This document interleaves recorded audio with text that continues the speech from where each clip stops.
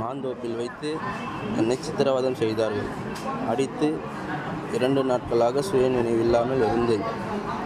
பிறகு அங்கேருந்து திமிரி டு கலவை நடுப்பாதை வழியில் வைத்து என்னை தகாத வார்த்தையால் திட்டினார்கள்.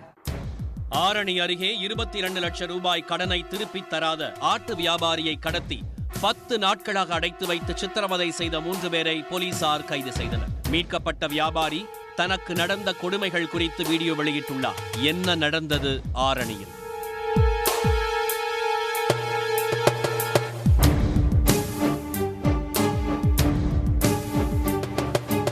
திருவண்ணாமலை மாவட்டம் ஆரணி அருகே கண்ணமங்கலம் டவுன் பகுதியைச் சேர்ந்த ஆட்டு வியாபாரி 34 வயது ஜபாருல்லா தொழில் ரீதியாக அதே பகுதியைச் சேர்ந்த 32 வயது தீபன் என்பவரிடம் கடனாக சிறுக சுமார் 22,50,000 ரூபாயை பெற்றுள்ளார். சில மாதங்களாக வட்டியும் அசலும் தராததால் இருதரப்பினருக்கும் மோதல் ஏற்பட்டுள்ளது. தொடர்ந்து ஜபருல்லா வீட்டிற்கு சென்ற தீபன் வீட்டின் பத்திரத்தை எடுத்துச் சென்றதுடன் வீட்டை தனது பெயருக்கு எழுதித்தர மிரட்டியதாக கூறப்படுகிறது. இதையடுத்து ஜபருல்லா ஆரணி அருகே பெரணமல்லூர் கிராமத்தில் உள்ள உறவினர் வீட்டிற்கு சென்று தலைமறைவாகியுள்ளார். இதை அறிந்த தீபன் 4 பேருடன் இனோவா காரில் சென்று ஜபருல்லாவை காரில் கடத்திச் சென்று கம்மசமுத்திரம் மாந்தோப்பு பகுதியில் அடைத்து வைத்து பைப் மற்றும் கம்பு கையால் பலமாக தாக்கியதாக கூறப்படுகிறது. பின்னர் பல இடங்களுக்கு காரில் அழைத்து சென்று தாக்கியதுடன் இறுதியாக ஆரணி டவுன் சூரியகுளம் அருகில் உள்ள தீபனின் உறவினர் வீட்டிற்கு நள்ளிரவில் அழைத்து சென்று அடைத்து வைத்துள்ளார். கடத்தல் தொடர்பாக ஆரணி டவுன் போலீசாருக்கு தகவல் கிடைத்து தேடுதல் வேட்டையில் ஈடுபட்டார்கள்.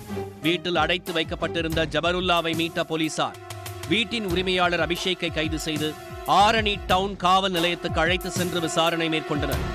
இதில் கடனை திருப்பிச் செலுத்தாத ஜபருல்லாவை கடந்த 10 நாட்களாக பல்வேறு இடங்களில் அடைத்து வைத்து சித்திரவதை செய்தது தெரியவந்தது.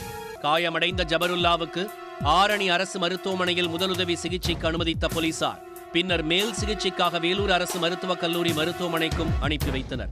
அவர் மருத்துவமனையில் இருந்து தனக்கு நடந்த கொடுமைகள் குறித்த வீடியோ ஒன்றை வெளியிட்டுள்ளார். எனக்கு அந்த அடித்த அடியும் பயமும் அடிக்கடி போய்கொண்டே தான் இருக்கிறது. இப்போ இந்த வாக்குமூலம் கொடுக்கும்போது கூட எனக்கு மனதில் பயம் இருக்கிறது.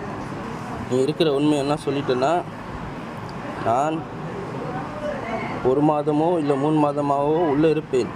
ஆனால் என்னுடைய ஆட்கள் எல்லாம் வெளியவே இருப்பார்கள். உன்னுடைய ஃபோட்டோ எல்லாம் அவங்களுக்கு நல்லாவே தெரியும். யார் எப்படி ஒன்று தாக்குவாங்கன்றது எனக்கே தெரியாது என்று தீபன் என்னிடம் கூறினது எனக்கு இன்னும் ஞாபகமாக இருக்கிறது.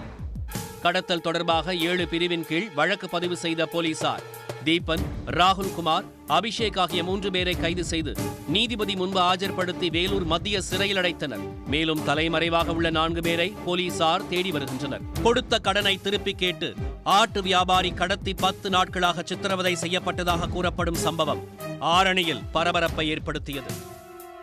உடனுக்குடன் செய்திகளை தெரிந்து கொள்ள சன் நியூஸ் பெல் ஐகானை கிளிக் பண்ணுங்க.